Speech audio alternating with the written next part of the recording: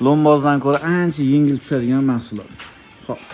Ham shum ushiydi, yomg'ir yog'gan paytda issiq ushiydi. Bazalt mahsuloti lombozdan ancha yengil, ancha tez bitadi. 10 mingta g'ashasini chaqirib bir qozon osh qilmasdan shunday ustalarni o'ziga topshirasizlar, o'ziga chiroyli qilib berishadi. Xo'p, suvni ushiydi, shum ushiydi, yengil va juda qulay mahsulot. Bazalt deyiladi bu. Tunuka bo'nchilar mana paputi buni qilib ketishyapti. O'zi qanaqa holatda deydigan bo'lsanglar, mana ikkinchi holatda. Mana mana shu holatda edi. Ko'rib turganlaringiz mana shu holatda hozir mana shu holatga keltiryapmiz. O'ta chiroyli bo'ladi inshaalloh.